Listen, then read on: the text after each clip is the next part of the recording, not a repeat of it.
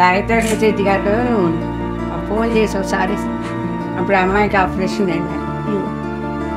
నేను వస్తానమ్మా, మీకు ఏమో భయపడకండి. ఇక ఆయనకి ఎలా గుర్తొచ్చిందో మీరు అడిగారా ఆయన అడిగారు? ఆయనే చెప్పారు, మా ఆయనే చెప్పి గుర్తు తీసుకున్నాం. ఆయనే చెప్పి ఆయన గుర్తు తీసుకుని ఆయనే పంపించారు.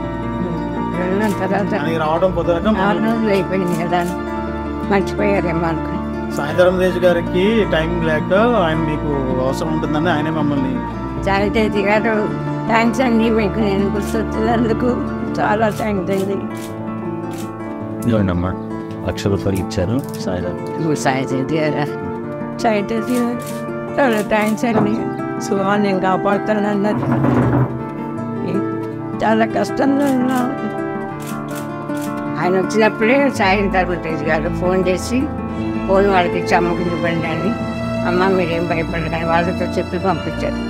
నేను అన్నానని చెప్పండి, నేను నాకు షూటింగ్లో ఉన్నాను, వచ్చి జీవితాంతం ఆవిడ బాధపడకుండా ఉండేలా నేను చేస్తాను, ఏదో ఒకటి ఆవిడకి లోటు లేకుండా నేను చూసుకుంటాను, అన్నీ ఇస్తాను, ఆవిడ జీవితాంతం నేను ఏదో ఒక అండగా ఉంటాను, ఏదో ఏర్పాటు చేస్తాను ఆవిడకి లోటు లేకుండా అని చెప్పారట.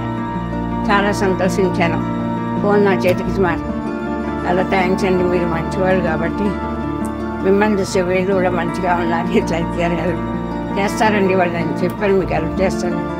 ఆ తర్వాత ఇంక యాక్సిడెంట్ అయింది, రాలేదు, మాట్లాడారు. మా అదృష్టాలు వాళ్ళు బాగుండాలని ఎంతో దేవుడిని ప్రార్థించాను. అవసరాలు వచ్చారు, మీరు మమ్మల్ని గుర్తుపెట్టుకున్నందుకు చాలా చాలా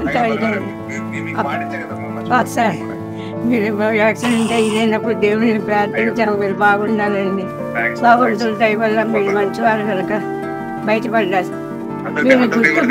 మీరు గుర్తుపెట్టుకున్నందుకు మేము చాలా కష్టాలు పడ్డాము. హాస్టల్లో చెప్పారండి వీళ్ళు.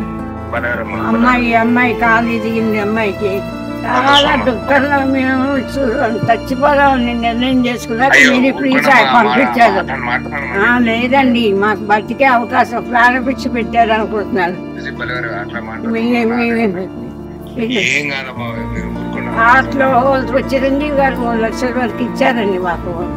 మీకు దేవుడు మీకు గుర్తు చేసి మాకు ఇంకా కొన్నాళ్ళు బతికే అవకాశం ఇచ్చారు.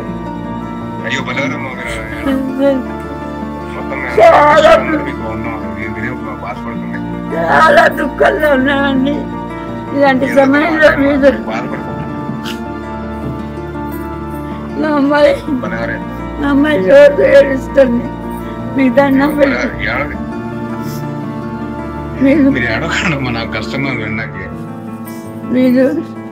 మీరు సమయానికి నాకు నా బిడ్డకి ప్రాణం విడిచి పెట్టారు.